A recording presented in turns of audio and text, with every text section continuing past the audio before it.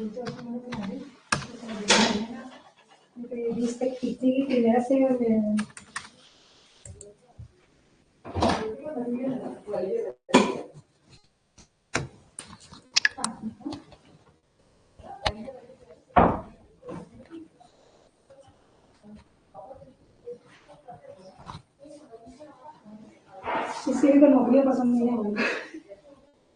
Evening,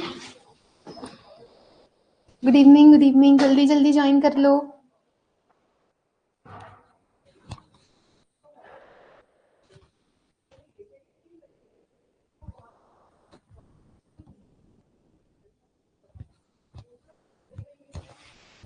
good evening Ashutosh प्रधान, doctor गौरव, Rakesh, Hemlata, Ravi, Priyanka, doctor Piyush, Shehnaaz, अर्पित।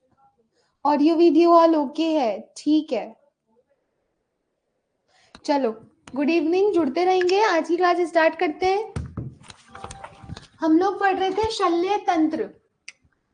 हाँ, good evening. शल्य तंत्र हम कल पढ़ रहे थे। व्रण, दुष्ट व्रण आचार्य चरक के अनुसार कितने प्रकार के होते हैं? एक बार जल्दी से मुझे बताओ।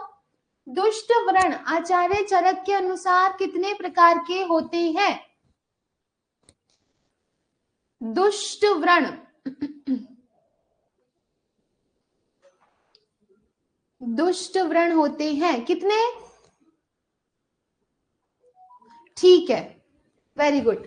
आगे चलते हैं। असाध्य व्रण स्त्राव, अगर पक्वाशय से पुलक उदक के समान स्त्राव निकल रहा है तो वो क्या होगा? असाध्य होगा। बहुत इंपॉर्टेंट है तीनों ही।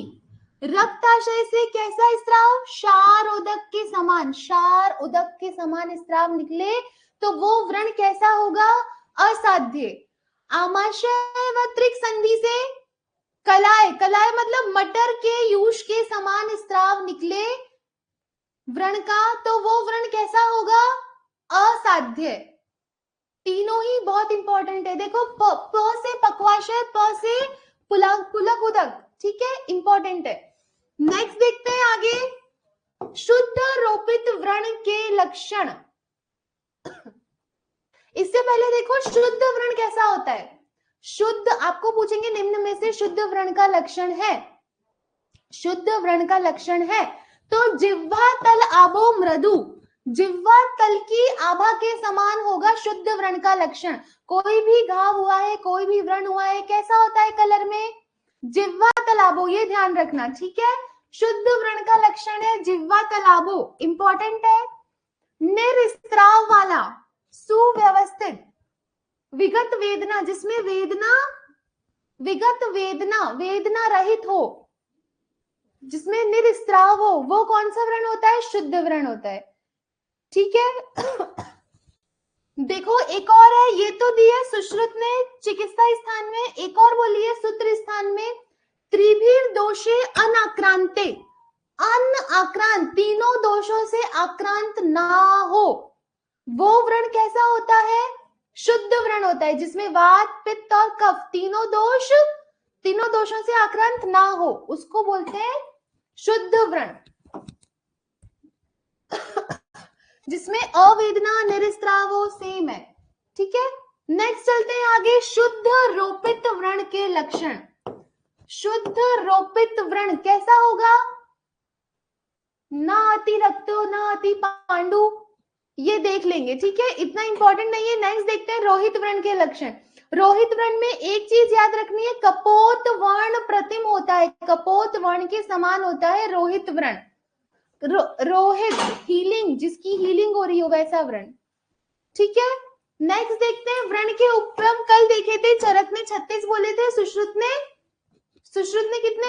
60 बोले थे। आपको ये लाइन लिख के देंगे और पूछेंगे कि ये लाइन, इसमें क्या करना चाहिए? उत्सन्न मास शोफे तू कफ जुष्टे विशेष है, इन व्रण में क्या करवाना चाहिए? वमन करवाना चाहिए। उत्सन्न मास शोफ हो और कफ से जुष्ट हो, उन व्रणों में वमन कराना चाहिए। और दीर्घ काल अनुबंधी, बहुत दीर्घ काल से जो व्रण हुए उनमें विरेचन क्या कराना है? दीर्घ कालानुबंधी व्रणों में विरेचन निर्दिष्ट है। इंपॉर्टेंट। नेक्स्ट देखते हैं, व्रण शोधन, व्रण का शोधन करते हैं नींबपत्र, मधु और तिलकल्क से। और रोपण हीलिंग कर रहे हैं ना, तो घृत मिला देंगे। नींबपत्र, मधु, तिलकल्क और घृत, इनसे क्या करेंगे, व्रण का रोपण करेंगे। ठीक है, नेक्स्ट आगे देखते हैं, ये बहुत इंपॉर्टेंट है।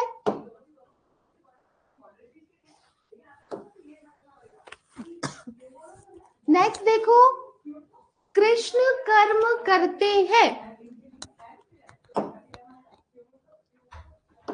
श्वेत वर्ण, आपको पूछेंगे श्वेत वर्ण, श्वेत वर्ण वाले व्रणों में करते हैं। कभी हो जाता है ना ऐसा, श्वेत वर्ण हो जाता है, तो उसके लिए क्या प्रयोग करेंगे, भल्लातक। भल्लातक इंपॉर्टेंट है, आपसे पूछेंगे श्वेत वर्ण वाले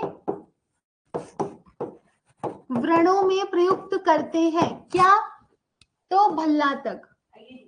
ठीक है, नेक्स्ट है पांडु कर्म। भली भांति जो व्रण ना पके हो उनमें पांडु कर्म करने के लिए रोहिणी फल, ये रोहिणी फल क्या है, हरितकी का एक भेद है। रोहिणी फल इंपॉर्टेंट है दोनों ही। ठीक है, दोनों बहुत इंपॉर्टेंट है। नेक्स्ट देखते हैं, रोम संजनन कर्म करते हैं हस्ती दंत मस्ती से और रसांजन से। हाथी के दांत की मस्सी बना के और रसांजन से रोम संजनन कर्म, हथेली पे भी बाल आ जाते हैं, इससे रोम संजनन कर्म करते हैं।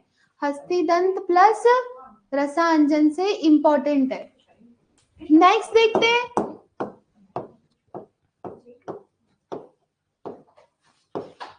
सद्य व्रण। आपको पूछेंगे सद्य व्रण निज व्रण के अंतर्गत आता है कि आगंतुज व्रण के अंदर आता है, तो सद्य व्रण आते हैं किसमें, आगंतुज व्रण के अंतर्गत। ठीक है, सद्य व्रण आते हैं आगंतुज व्रण के अंतर्गत।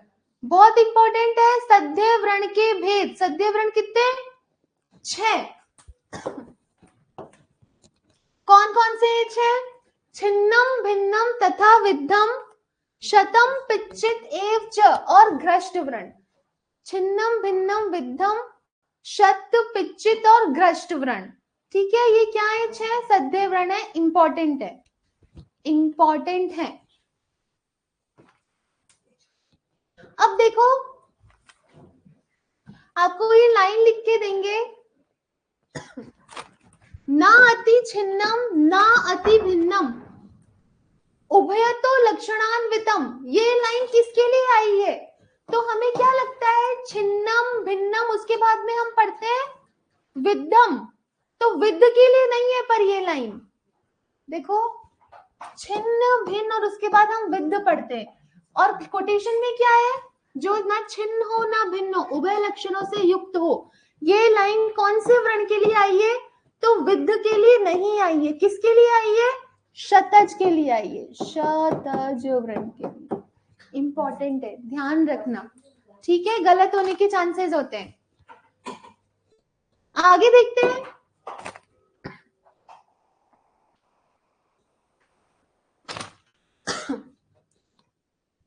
निम्न में से किसके भेदन होने पर वहां पे रक्त भर जाता है, ज्वर और दाह होता है, तो ये क्या है, कोष्ठ भेद के लक्षण है। कोष्ठ भेद के, अगर ये लाइन आती है भिन्ने रक्त पूर्णे ज्वरो दाहश्च जायते, तो ये किसके लिए आया है, कोष्ठ भेदन के लिए आया है, कोष्ठ भेदन के लक्षण है।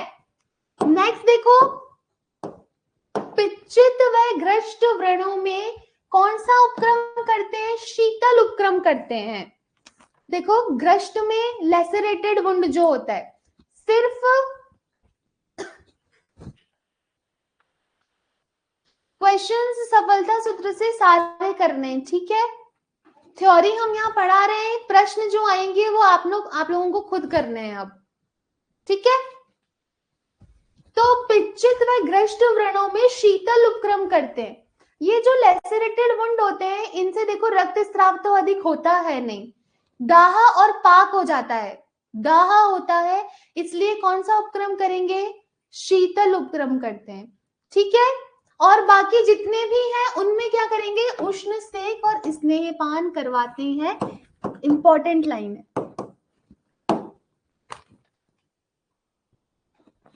नेक्स्ट देखो, शतज व्रण में शत विधि से और पिच्चित व्रण में भग्न संधान विधि से चिकित्सा करते हैं। एक एक लाइन जो हाईलाइट है वो इंपॉर्टेंट है, हाईलाइट कर लेना, स्टेटमेंट के रूप में प्रश्न पूछ सकते हैं, ठीक है। चलो आगे चलते हैं।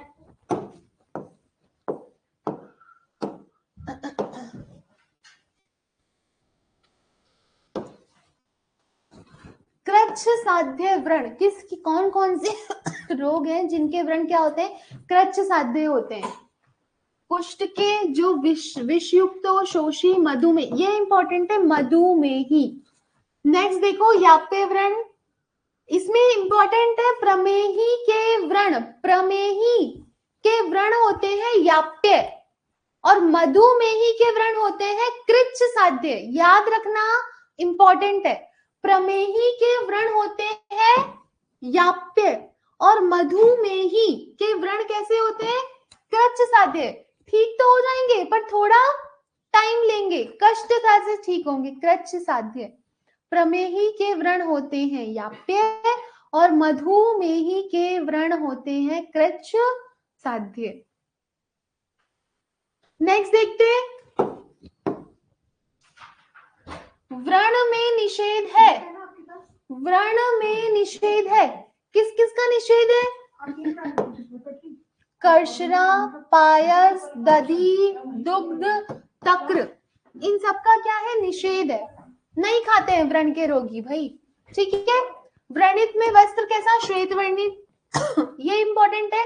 प्राणागार में प्रतिदिन 2 बार 10 दिन तक धूपन का निर्देश है, व्रणागार में प्रतिदिन 2 बार 10 दिन तक धूपन का निर्देश है, ठीक है। आगे चलते हैं, व्रणित का विहार, अगर कोई व्रणित व्यक्ति श्रम करेगा, श्रम करने से क्या सूजन हो सकती है, शोथ हो सकता है, किसी को व्रण हो रहा है ना, हाथ में घाव हो रहा है और वैसे ऊपर नीचे हाथ को करे तो सूजन आ जाएगी कि नहीं आ जाएगी, आ जाएगी ना, शोथ हो जाएगा। तो श्रम, हम आयुर्वेद में श्रम को क्या बोलते हैं, आयास, आयास, आयास करने से किसकी उत्पत्ति, सूजन को क्या बोलते हैं, शोथ। आपको ये सूजन नहीं देगा एग्जाम में, शोथ, आयास करने से शोथ की उत्पत्ति। तो देखो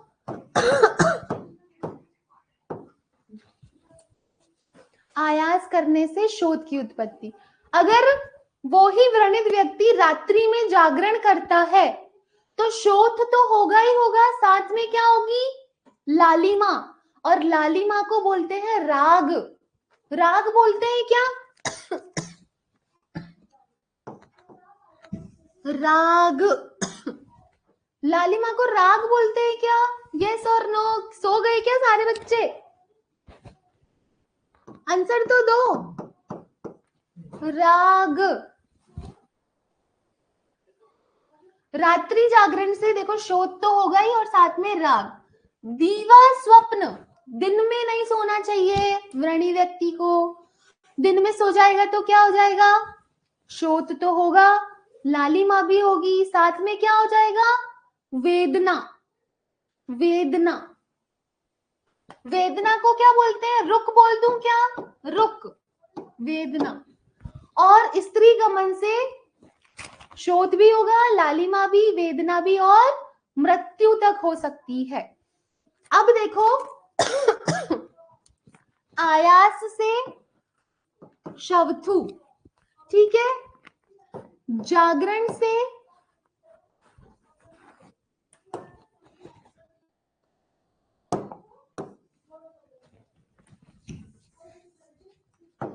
आयास, आयास से शवथु, ठीक है। जागरण से क्या होगा, राग, जागरण से राग।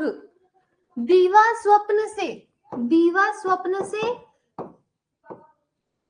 रुक, और स्त्री गमन से, मैथुन से मृत्यु, मैम, ठीक है।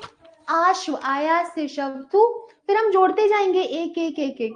जरा, ज से रात, जागरण से राग, राग मतलब लालिमा। द से दीवा स्वप्न, दीवा स्वप्न से रुक, वेदना, और स्त्री गमन से मृत्यु, ठीक है। इंपॉर्टेंट था ये। नेक्स्ट देखते हैं।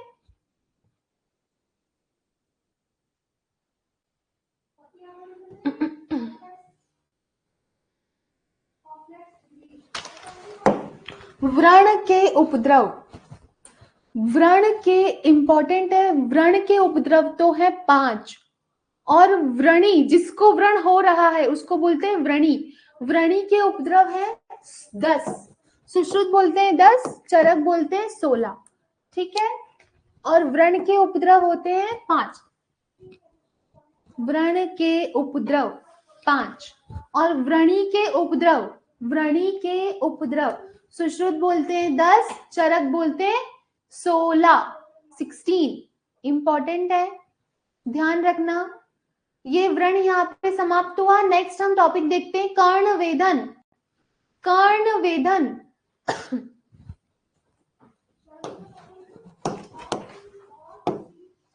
कर्ण वेदन संस्कार कब करना चाहिए, शुक्ल पक्ष में 6ठे या 7वें महीने में। कर्ण वेदन कब करना चाहिए, इंपॉर्टेंट है, 6ठे या 7वें मास में। कहाँ पे, देवकत्र, देवकृत छिद्र में। किस लिए करना चाहिए, रक्षा व भूषण हेतु, रक्षा आभूषणार्थ हेतु शुक्ल पक्ष में 6ठे या 7वें महीने में देवकृत छिद्र में कर्ण वेदन करना चाहिए।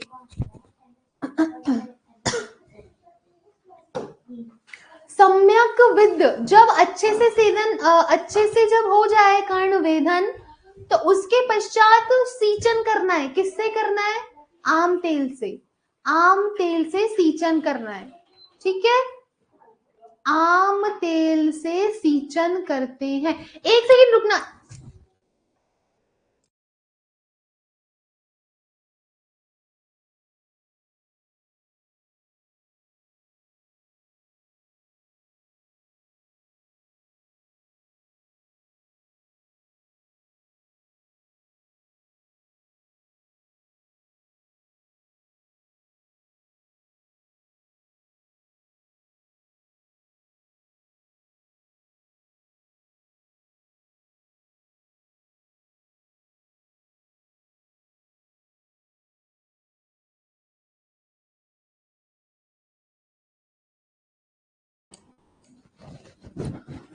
ठीक है। तो सम्यक विधि के पश्चात आम किससे सींचन करना होता है, आम तेल से सींचन करना होता है, ठीक है। नेक्स्ट बहुत इंपॉर्टेंट है, जैसे व्रणित अभी हमने पढ़ा था ना विहार, वैसे यहाँ पे ये बहुत इंपॉर्टेंट है। सम्यक कर्ण वेदन पर विभिन्न सिराओं पर आघात से उत्पन्न उपद्रव, अगर कालिका सिरा पर अगर वेदन हो गया है तो क्या क्या उपद्रव उत्पन्न हो सकते हैं। पहला तो है कालिका, मरमरिका और लोहितिका। के ए, काम लो, का से कालिका, म से मरमरिका, लो से लोहिता, ठीक है। विभिन्न सिराओं पर आघात से उत्पन्न उपद्रव। अब अगर कालिका सिरा पर आघात हुआ तो क्या उपद्रव उत्पन्न हो सकते हैं, हम इसको देखते हैं। JDSV, JDSV, जे से ज्वर, दी से दा, शोथ और वेदना।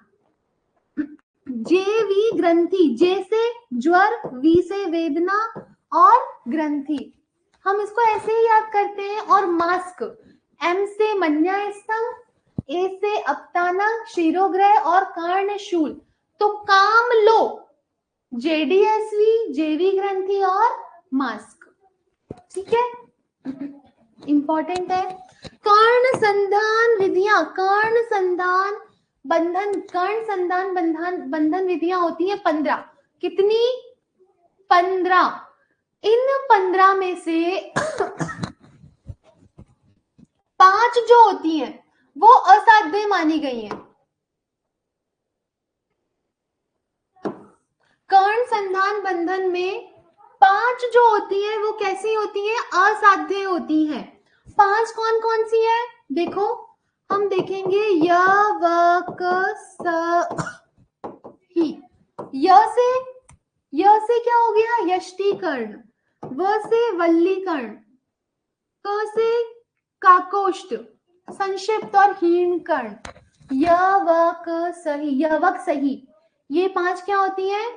असाध्य होती हैं। कर्ण संधान बंधन विधियां होती है 15। ठीक है, इसमें से 5 जो होती है वो असाध्य होती है। नाम याद रखना। देखो यहाँ पे तो यह से क्या है? यष्टिकर्ण। ऊपर देखते हैं एक बारी, ये व्योजिम, ये तो साध्य है भाई, है ना, इसलिए ध्यान रखना। ऐसे ही यवक सही तो याद कर लिया, पर पता होना चाहिए व से क्या है? वल्लीकर्ण है। वल्लूरक तो क्या होती है? साध्य होती है।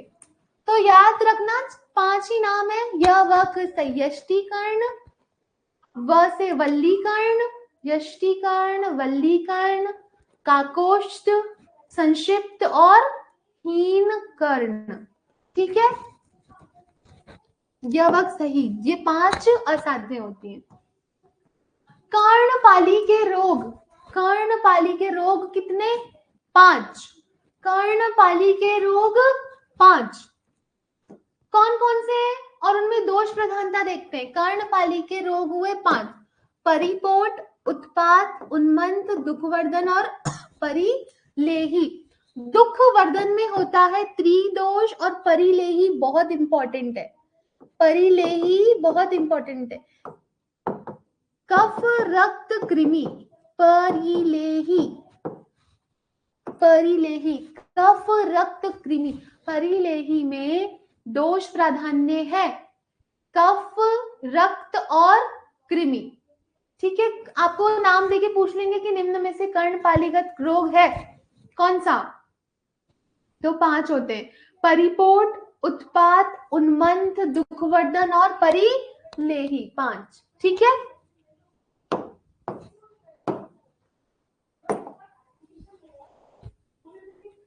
नासा संधान के पश्चात विरेचन व घृतपान का विधान है। नासा संधान के पश्चात विधान है किसका?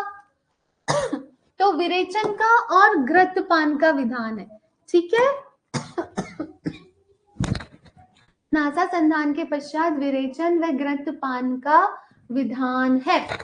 कर्णपाली के उपद्रव होते हैं 10। कर्णपाली के उपद्रव होते हैं, कितने होते हैं? 10 होते हैं। 10 कर्णपाली के उपद्रव।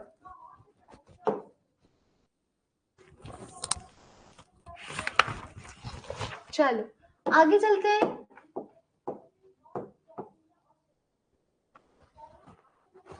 नेक्स्ट है व्रण बंधन। व्रण बंधन बहुत इंपॉर्टेंट टॉपिक है। व्रण बंधन चरक तो बोलते हैं 2 प्रकार का, सुश्रुत का इंपॉर्टेंट है 14 प्रकार का। वर्ण बंधन सुश्रुत बोलते हैं 14 प्रकार का। वाग्भट एक एक्स्ट्रा बोलते हैं। वाग्भट कितने बोलते हैं? 15। कितने बोलते हैं? 15। एक कौन सा है याद करो, हमने एक बार पहले पढ़ रखा है शायद, जब मैंने क्वेश्चंस कराए थे तब बताया था। जल्दी से बता दो। तो सुश्रुत ने तो 14 माने हैं और वाग्भट एक कौन सा एक्स्ट्रा मानते हैं? उत्संगी बंध है क्या? उत्संग बंध, बिल्कुल डॉक्टर सुनीला, राम, गौरव, श्रुति। ठीक है, इंपॉर्टेंट है। नेक्स्ट देखते हैं, व्रण बंधन अवधि कितने कितने टाइम पर खोलना है?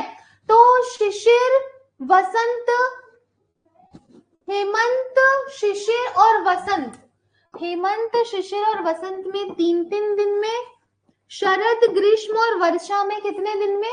2-2 दिन में, 2-2 दिन में। ठीक है। नेक्स्ट शिथिल बंधन, यही पूछेंगे, अगर पूछेंगे तो यही पूछेंगे, शिथिल बंधन योग्य स्थल है। शिथिल बंधन कहाँ बांधना चाहिए? शिथिल बंधन वो होता है जब हम श्वास लें तो साथ में हिले वो बंधन, ना तो ज्यादा लूज ना ज्यादा टाइट।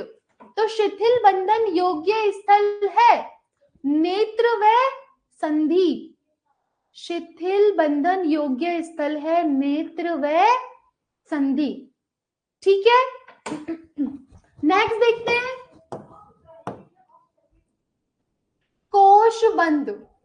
अब हमने पढ़ा ना सुश्रुत 14 प्रकार के बंध बोलते हैं, इसमें पहला है कोश बंध।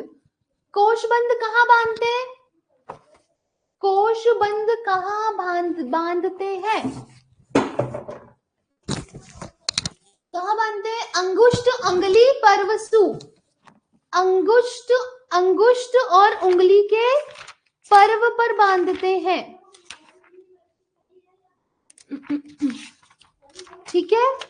ये अंगुली व उंगली के पर्व पर नहीं, अंगुष्ठ और अंगुली के पर्व पर बांधते हैं कोश बंध। देखो ऐसा कोश सा होगा, अंगुष्ठ या उंगली के पर्व पर बांधा, कोश बंध। इतना कॉन्सेंट्रेट हम यहाँ पे थोड़ा वक्त देंगे और बहुत स्लो चलेंगे जिससे कि ये यहीं पे याद हो जाए, क्योंकि ये इंपॉर्टेंट है। ठीक है। तो कोश बंध बांधते हैं अंगुष्ठ, अंगुली, पर्वसु।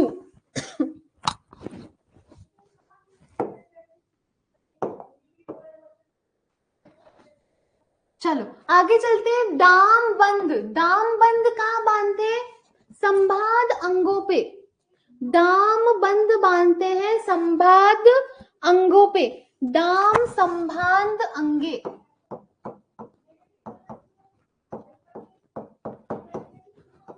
ठीक है। ऐसे कोश बंध हमने पढ़ा अंगुष्ठ,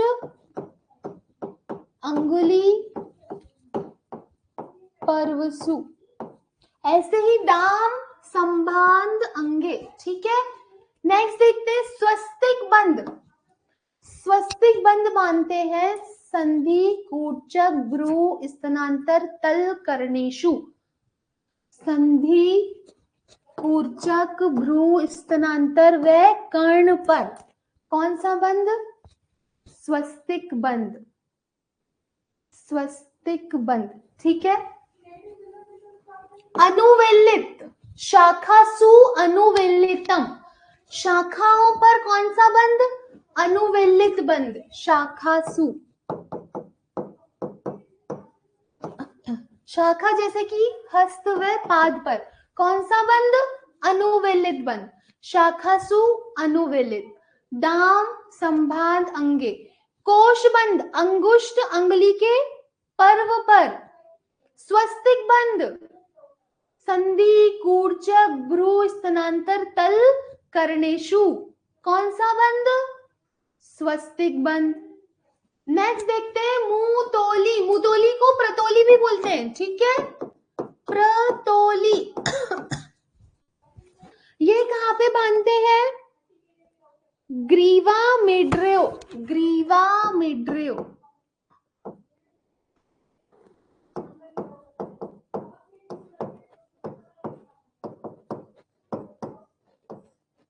ग्रीवा व लिंग पर कौन सा बंध? मुतोली। ठीक है।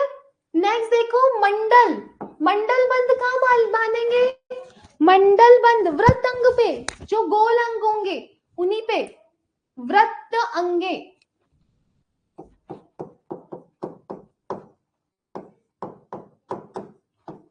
व्रत अंगे, व्रत अंग जैसे कि उदर, उरु व बाहु पर। कौन सा बंध? मंडल बंध। ठीक है। देखो नेक्स्ट देखते हैं स्थगिका। स्थगिका ऐसे बोलते हैं, स्थगिका आगे से, आगे, अग्र। अंगुष्ठ, उंगली व शीशन अग्र पर बांधते हैं स्थगिका बंध। कौन सा बंध? स्थगिका। इंपॉर्टेंट है। नेक्स्ट देखते हैं यमक बंद। यमक यम्ल वर्णों पे, यम्ल मतलब संयुक्त व्रणों पर बांधते हैं, यम्ल बंद। नेक्स्ट खटवा, खटवा इंपॉर्टेंट है, खटवा बंद। हनु शंख व गंड पर, जब खाट पर सोते हैं, जब खाट पर सोते हैं तो क्या क्या लगता है? हनु टच होता है ना, हनु भी टच होता है, शंख प्रदेश भी और गंड भी, ठीक है। तो खटवा बंद कहाँ कहाँ? हनु शंख व गंड पर बांध, गंड पर, ठीक है, इंपॉर्टेंट है। तो देखो हमने देखा कोश बंद इंपॉर्टेंट, अंगुष्ठ अंगुली परवसु। स्वस्तिक बंद, संधि कूचक भ्रू स्थानांतर तल करनेशु, कौन सा बंद? स्वस्तिक बंद। शाखासु अनुवेलित, ये भी बहुत इंपॉर्टेंट है, मुतोली बंद, ग्रीवा मेड्रेयो। और फिर हमने देखा स्थगिका बंद, अंगुष्ठ अंगुली शीर्षन अग्रे, कौन सा बंद बांधते हैं? स्थगिका बंद।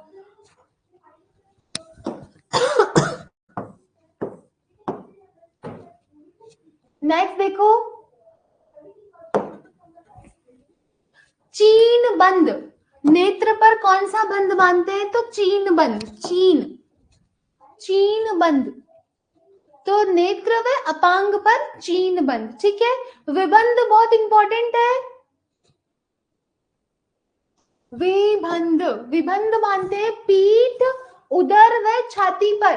तो पृष्ठ उदर उरहसु, देखो हिंदी में याद करना टिपिकल होता है बजाय कोटेशन के, जितना याद हमें कोटेशन से रहता है उतना हिंदी से भी नहीं रहता है। तो जिसको कंफ्यूजन हो एक बार सुश्रुत खोलो, सुश्रुत संहिता सूत्र स्थान का 18 चैप्टर वहां दे रखा है, तो एक बार वहां से कोटेशन से पढ़ो और छोटी कोटेशन की छोटी छोटी लाइनें वो यहाँ पे लिख लो, ठीक है। अब जैसे बोलो पीठ उदर छाती, नहीं, पृष्ठ उदर उरहसु, बस याद हो गया। पृष्ठ उदर और उरह में कौन सा बंद बांधते हैं? विबंध, ठीक है। अच्छा आप मुझे बताओ उदर पर अगर आपसे प्रश्न पूछे उदर पर बांधते हैं कौन सा बंद? चंदन रावत, वेरी गुड। हाँ, और कोई?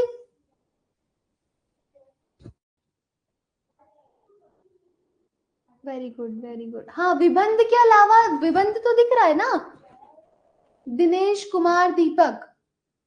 मंडल बंद अभी पढ़ा तो था, देखो व्रत अंगों पर कौन सा बंद? मंडल बंद।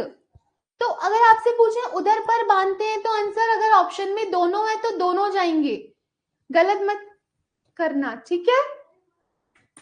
चलो पृष्ठ उदर उरहसु कौन सा बंद? विबंध।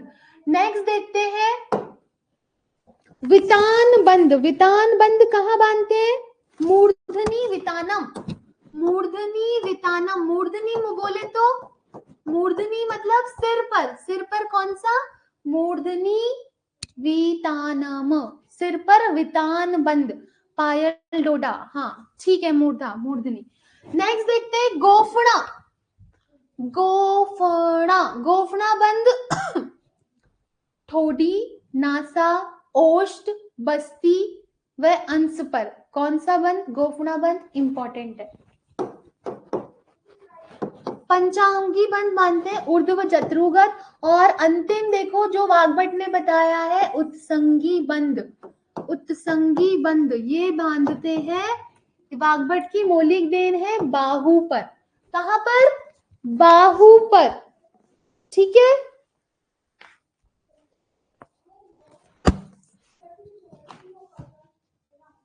बाहु पर इंपॉर्टेंट है।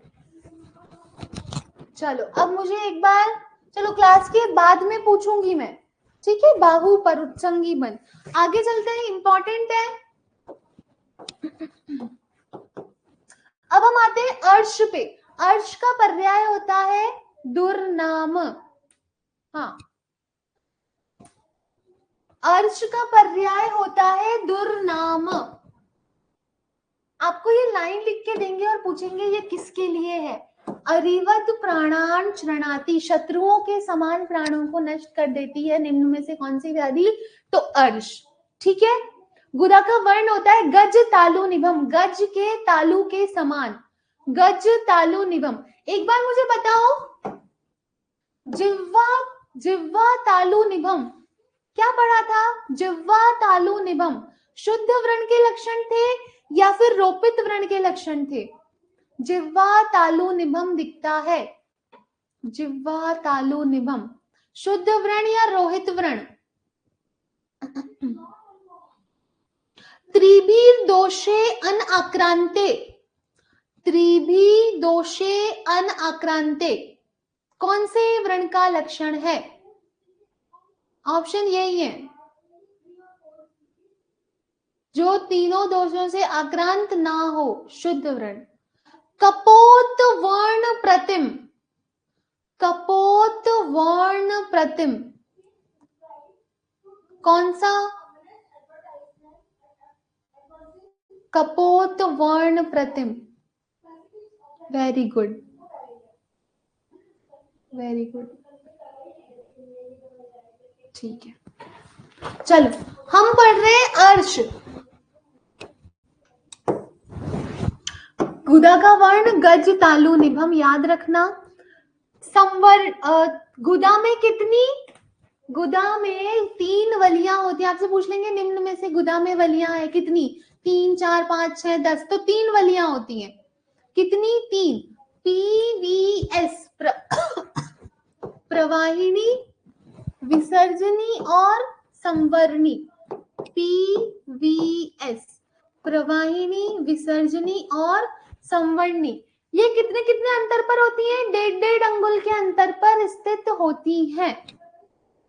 ठीक है, 1.5 अंगुल के अंतर पर स्थित होती हैं। अच्छा मुझे बताओ, इनमें से प्रथम वली कौन सी है? प्रवाहिनी, विसर्जनी या संवरणी? प्रथम वली है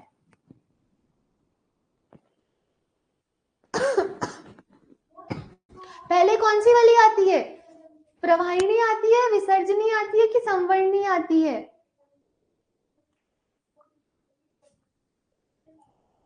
देख के तो गलत उत्तर मत दो, देखो यहाँ भी लिखा है, सब प्रवाहिनी बोल रहे हैं।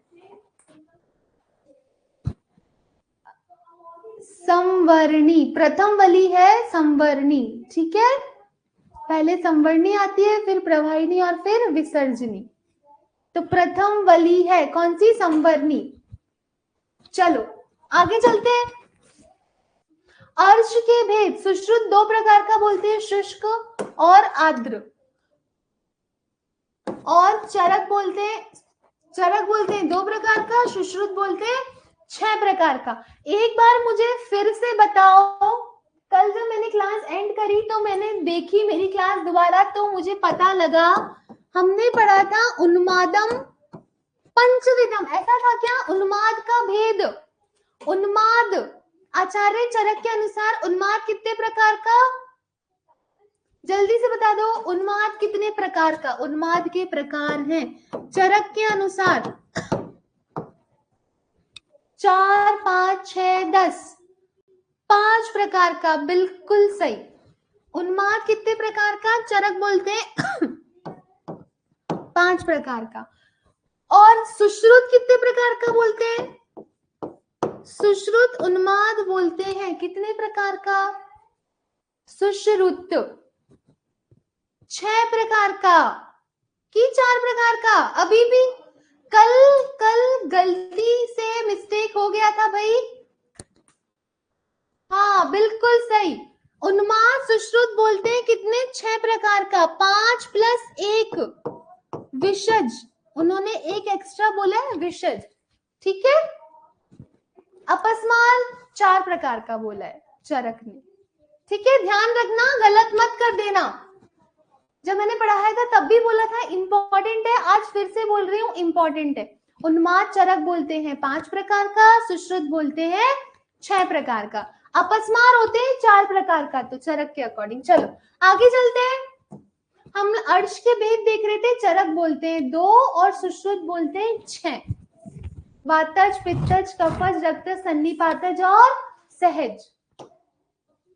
ये आपने गोविंद पारिक के 80 पन्ने पढ़े, उसमें भी देखा होगा, अर्श के दुष्य। आगे चलते हैं, अर्श के लक्षण। अर्श के लक्षण इंपॉर्टेंट है। वातार्श कैसा होता है? कदम पुष्प आकृति का, तुंडी कैरी, नाड़ी मुकुल सदृश और सूची मुख आकृति का होता है। ठीक है, ये आप जो 1 to 80 पेजेस पढ़े हैं उसमें देखा होगा आपने। वातार्श कदम्ब पुष्प आकृति, तुंडी कैरी, नाड़ी मुकुल सदृश और सूची मुख आकृति का। पित्त अर्श यकृत प्रकाशानी, शूख जिह्वा, तोते की जिह्वा की जैसा, शूख जिह्वा संस्थानी, यव मध्यानी और जलोका वक्त्र सदृशानी, जलोका के मुख के समान दिखता है पित्तज अर्श। एक प्रश्न बता दो, गोचंदना, गोचंदना सविष है कि निर्विष जलोका है? सविष जलोका है या निर्विष जलोका है? गोचंदना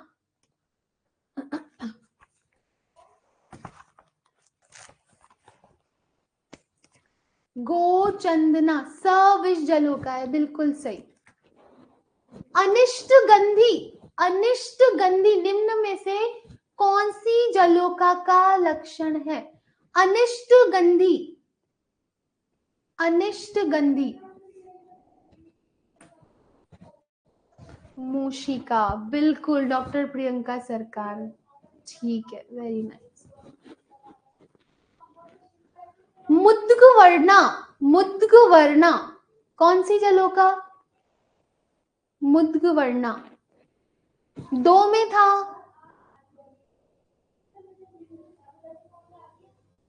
दो में था, किस किस में था?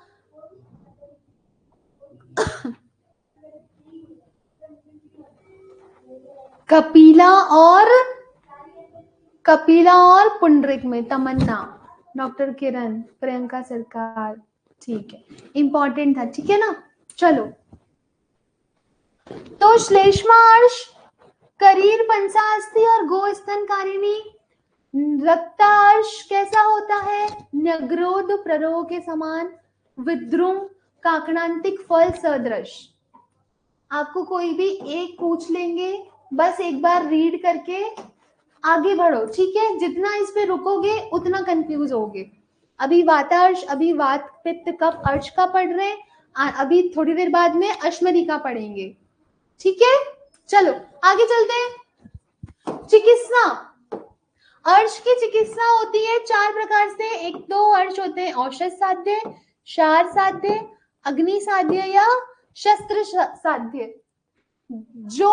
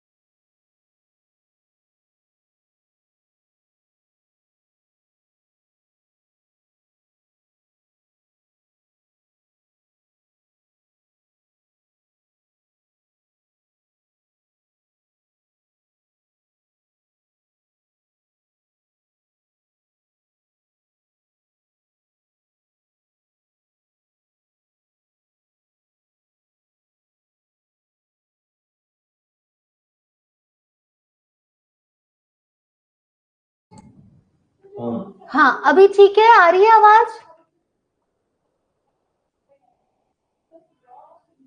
कपिला पुंडरीका, ठीक है, मुद्ग वर्ण। नेक्स्ट आगे देखते हैं।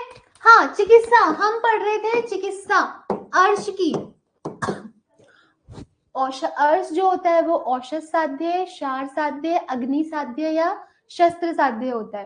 तो देखो जो औषध साध्य होता है वो कैसा अर्श होता है, नवीन हो और अल्प दोष युक्त हो। नवीन और अल्प दोष, कम दोष वाला होगा तो वो किससे, औषध से ठीक हो जाएगा। औषध साध्य अर्श होता है नवीन व अल्प दोष युक्त, नया नया। नेक्स्ट देखते हैं क्षार साध्य, चारों ही बहुत इंपॉर्टेंट है। क्षार साध्य मृदु, प्रसरत व अवगाढ़ अर्श कैसा होता है, क्षार साध्य। क्षार साध्य अर्श कौन कौन से, जो मृदु हो, प्रसरत फैला हुआ और अवगाढ़ अर्श, ये होता है क्षार साध्य। अग्नि साध्य, अग्नि से ही ठीक होगा, कौन सा अर्श, जो कैसा हो, कर्कश, स्थिर व प्रथु। आपको एक सिंगल नाम भी पूछ सकते हैं, पूरी लाइन भी दे सकते हैं। कर्कश, स्थिर व प्रथु, प्रथु अर्श किससे साध्य है, तो अग्नि साध्य है, ठीक है। शस्त्र साध्य होगा तनु, मूल, उच्छित, उठा हुआ और क्लेद युक्त अर्श, शस्त्र साध्य। शस्त्र साध्य इंपॉर्टेंट है तीनों ही। दोबारा देखते हैं। औषध साध्य तो नया नया, जिसमें दोष भी कम होंगे, नवीन होगा। क्षार साध्य कौन सा अर्श होगा, जो मृदु, प्रसरत और अवगाढ़ हो, ठीक है। अग्नि साध्य, अग्नि साध्य कौन सा, जो कैसा हो, कर्कश, स्थिर और प्रथु, और ये शस्त्र साध्य, ठीक है, इंपॉर्टेंट है। नेक्स्ट देखते हैं।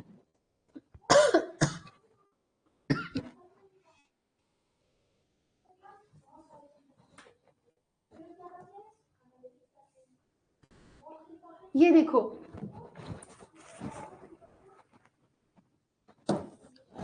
तीन है, लिंग अर्श, योनि अर्श और नाभि अर्श। इसमें कैसे कैसे आकार के अंकुर उत्पन्न होते हैं। लिंग अर्श देखो, मेढ्र में मांस व रक्त को दूषित करके कौन सी आकार के, कूर्च के आकार के अंकुर उत्पन्न। लिंगार्श में कूर्च के आकार के। योनि अर्श में छत्र आकार के, छत्र के आकार के अंकुर। और नाभि में अर्श में गंडू पद के आकार के अंकुर उत्पन्न होंगे, ठीक है। योन्या अर्श में कैसे, छत्र के आकार के अंकुर। नाभि अर्श में गंडू पद के आकार के, ठीक है। ये चॉइस ऑफ द क्वेश्चन है, बहुत इंपॉर्टेंट है। चर्म कील अर्श में कौन कौन से दोष होते हैं, तो देखो हम इसको करते हैं। चर्म कील को व्यास, व्य से तो व्यान वायु और स से श्लेष्मा बोल लो, कफ बोल लो।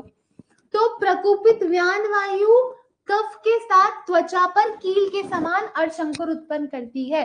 तो चर्म कील अर्श में व्यास, कौन, व्यास से व्यान वायु, स से श्लेष्मा, ठीक है।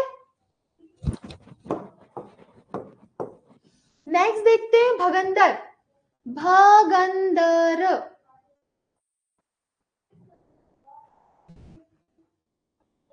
सुश्रुत भगंदर के भेद बोलते हैं 5।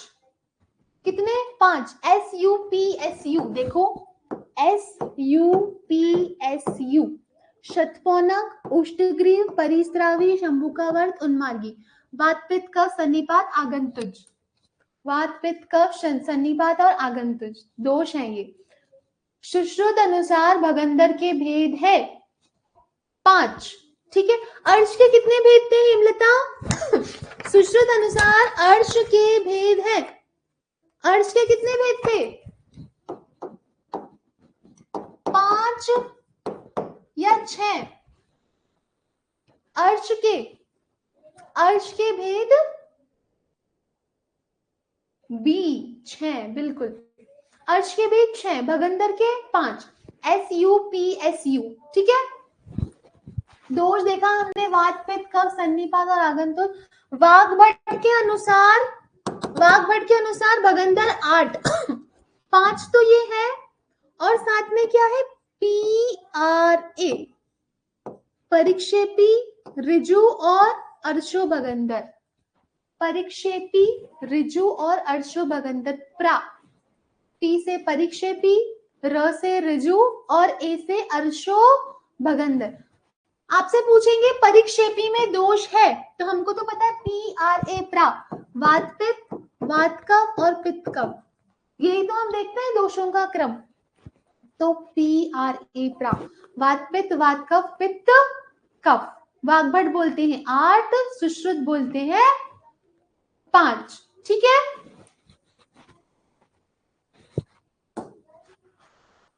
हाँ, यहाँ पे क्या कंफ्यूजन होगा, आपको पूछेंगे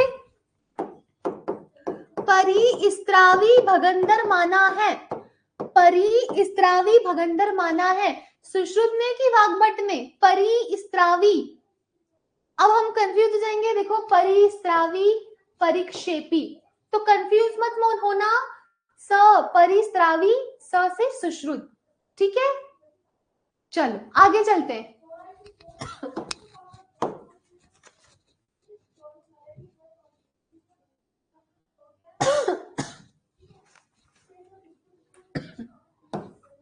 शतज बोल लो या आगंतुज बोल लो, एक ही बात है। शतज बोल लो या फिर आगंतुज बोल लो या उन्मार्गी बोल लो, आगंतुज बोल लो या उन्मार्गी बोल लो, एक ही बात है। त्रिदोषज, त्रिदोषज याद करो, त्रिदोषज कौन सा था? वात पित्त कफ और फिर ये 4th नंबर का SUPS, एस पे कौन सा था 4th नंबर का? शंभू का वर्त, शंभू का वर्त, त्रिदोषज। और जो शतज भगंदर होता है, ये क्या होते हैं? असाध्य होते हैं। क्या होते हैं? असाध्य होते हैं। बाकी सभी भगंदर कृच्छ साध्य होते हैं, सारे भगंदर कृच्छ साध्य हैं, परंतु 2 क्या है? असाध्य हैं। ठीक है, चलो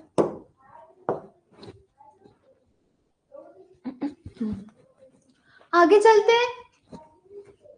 भगंदर की चिकित्सा बहुत इंपॉर्टेंट है, हम सिर्फ एक याद करेंगे, बाकी ऑटोमेटिकली याद हो जाएगा। भगंदर की चिकित्सा,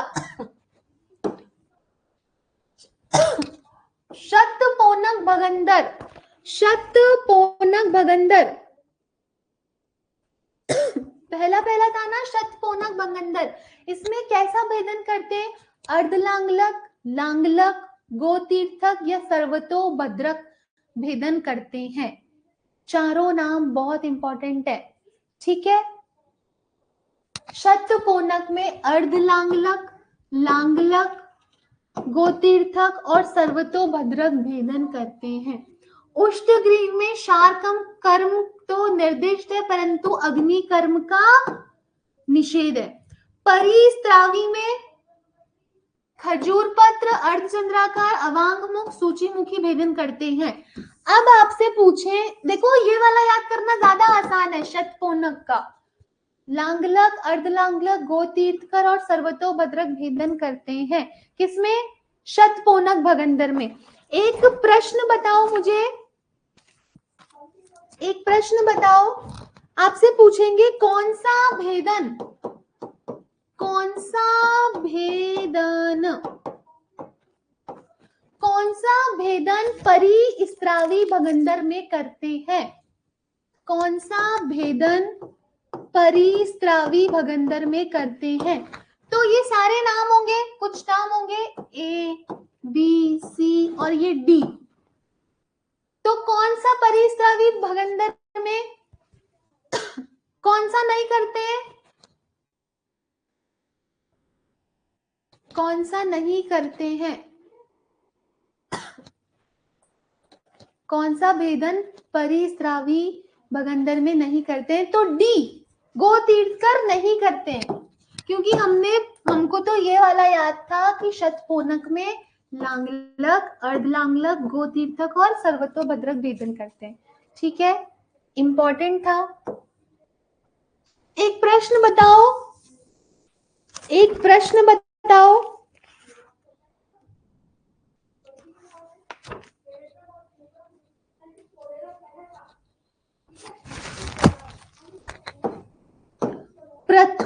अर्श, औषध साध्य, अग्नि साध्य, क्षार साध्य की शस्त्र साध्य? प्रथु अर्श, जल्दी से उत्तर दे दो। प्रथु अर्श,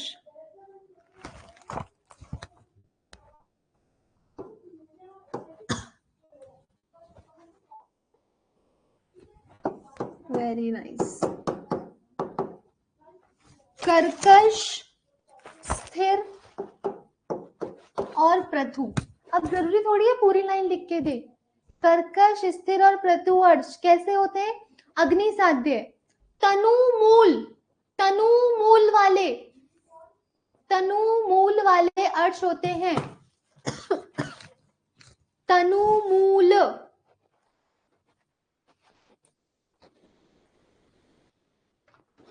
तनु मूल।